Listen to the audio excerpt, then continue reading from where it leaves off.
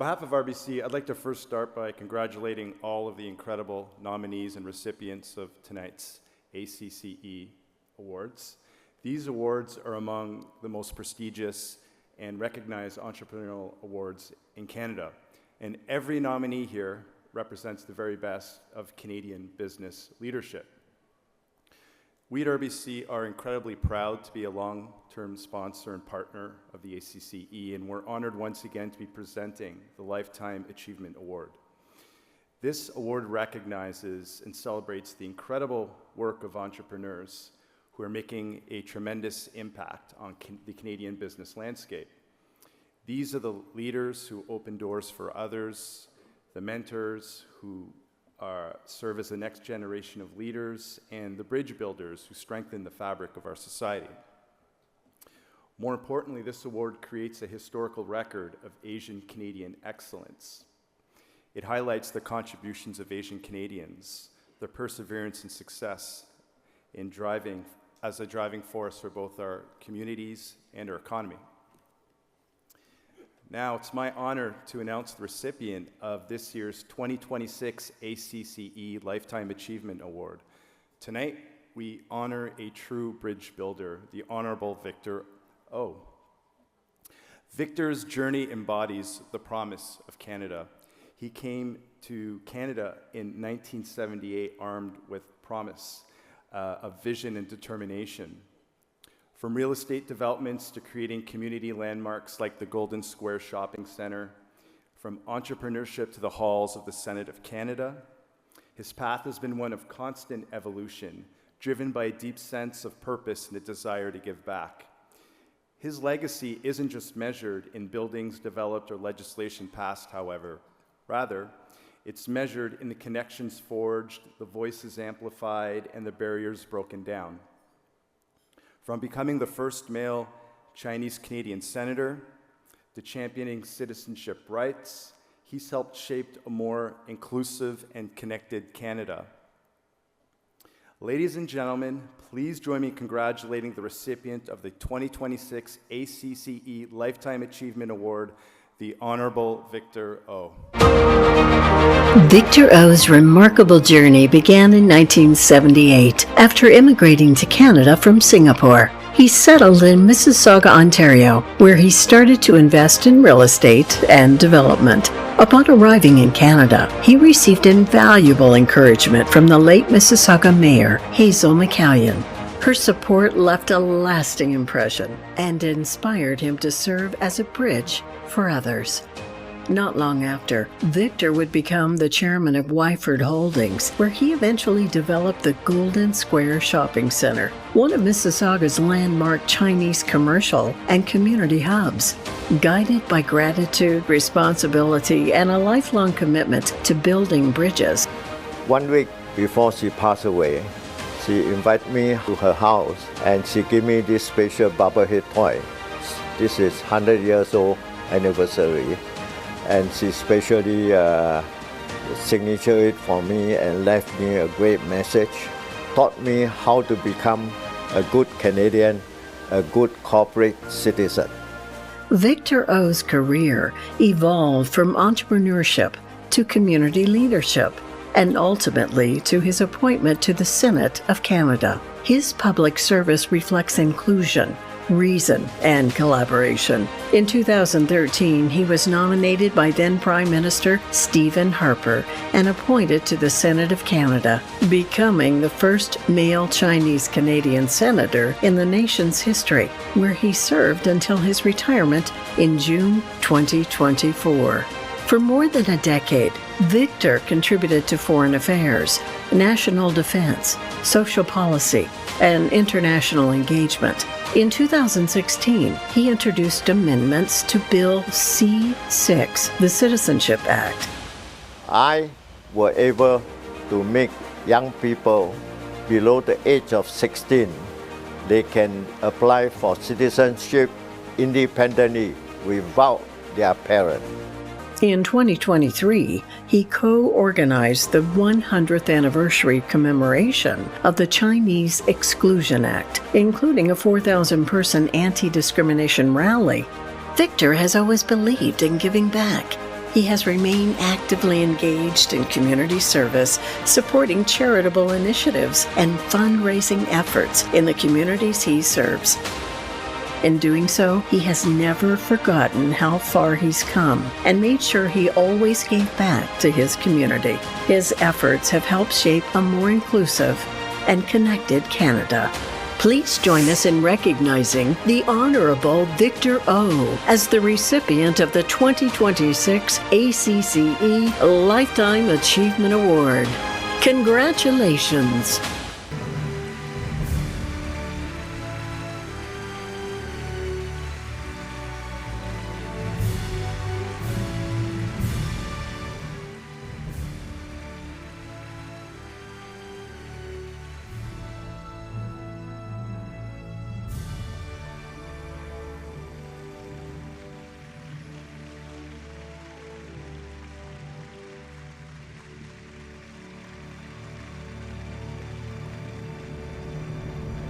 That is my son, much better looking than me. His name is Derek. Unfortunately, he's married. Good evening, distinguished guests and dear friends. First and foremost, I must express my deepest gratitude to the Association of Chinese Entrepreneurs, ACCE, for this incredible honor. For decades, ACCE has been a pillar of our community, tirelessly working to encourage entrepreneurship and strengthen the competitiveness of Chinese Canadian businesses in the global market. Through their seminars, workshops, and their various award galas, they have created a vital network that not only shares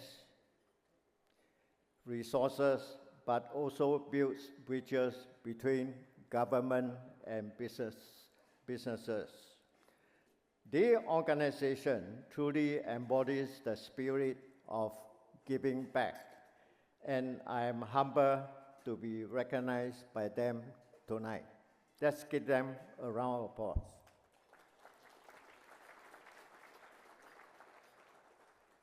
When I reflect on the word of lifetime, my mind goes back to 1978 when I arrived in Mississauga from Singapore. I arrived with hope, but also with the challenges familiar to any newcomers, adapting to a new culture and seeking a place to belong. My journey began in business, in real estate development, but success, I learned, is empty if it's not shared. I was incredibly fortunate to have mentors who show me the meanings of community. The late, great Mayor Hazel McCallions was one of them. Her lesson was simply yet powerful. Leadership is service.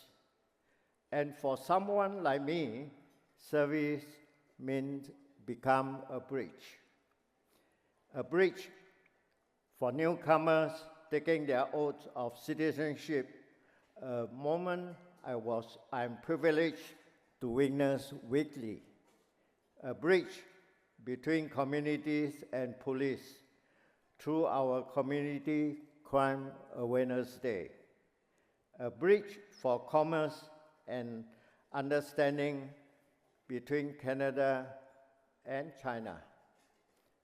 To work with the Canada-China Business Communication Council.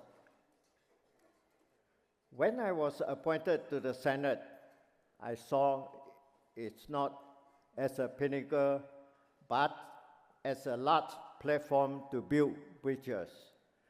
It was there I could champion legislation like Immigration Bill, Bill C6 to remove barriers for immigrant families.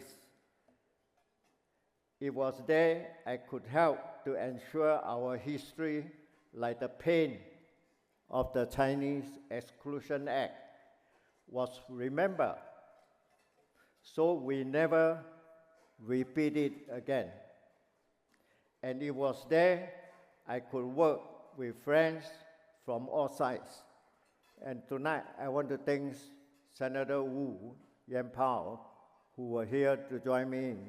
I want to thank, let's give him a round of applause. Senator Wu and I work very well in the Senate. We support each other on good legislation will help immigrants like Chinese Canadians. Give him a round of applause, please.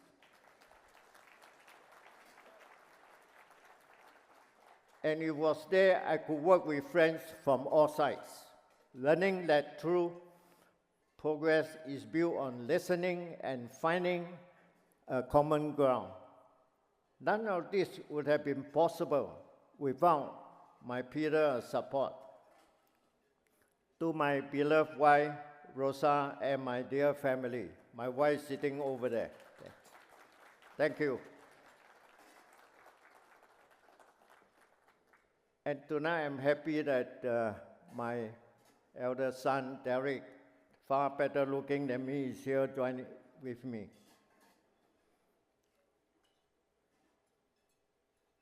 And thank you for your unwavering partnership through countless late night and early flights. You are my foundations. To all the volunteers and the community leaders I have worked with, this award is as much yours as it is mine. So, what does this means lifetime of achievement mean to me? It is a testament to the promise of Canada, a promise that a young immigrant can arrive here, work hard, and be entrusted to help shape the nation's future. It is a reminder that our core strength is our inclusive multiculturalism. My message, especially to the younger generation, is this: view your unique heritage not as a barrier, but as a strength. Have the courage to lead, step into the public sphere, advocate not just for yourself, but for the generation that will follow. Our shared future will be built by those who are willing to serve, to build bridges, and to give back to this incredible country. Today, Canadians face economic pressure.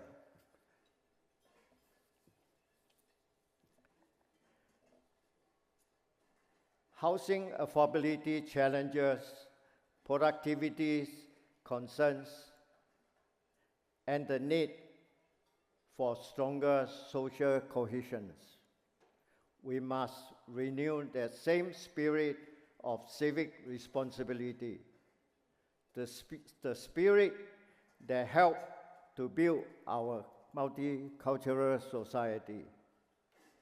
And therefore, my fellow Canadians, I just want to share with you, before I came to Canada, I have a choice to immigrate from Singapore to New Zealand, to Australia, US, and Canada.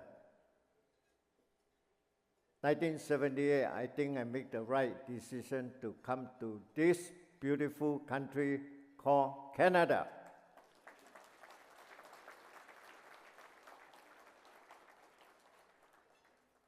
My fellow Canadians, let us not only ask what this country can do for us, let us ask each and every day what we can do for Canada. and for each other. Tonight, I just want to acknowledge, a few friends who are here joining me. Senator William Powell, my good friend Mayor of Oakville, Rob Burton, Frank Scabidi, and City of Toronto Mayor Olivia Charles, and of course, so many of you in this room. I never speak to 1,000 people tonight. Normally in the Senate, I only speak to 104 listeners. Tonight, we have 1,000 people in this room. That is incredible. And I want to say thank you for this immense honor. And merci beaucoup. 谢谢大家。祝大家马年快乐。谢谢。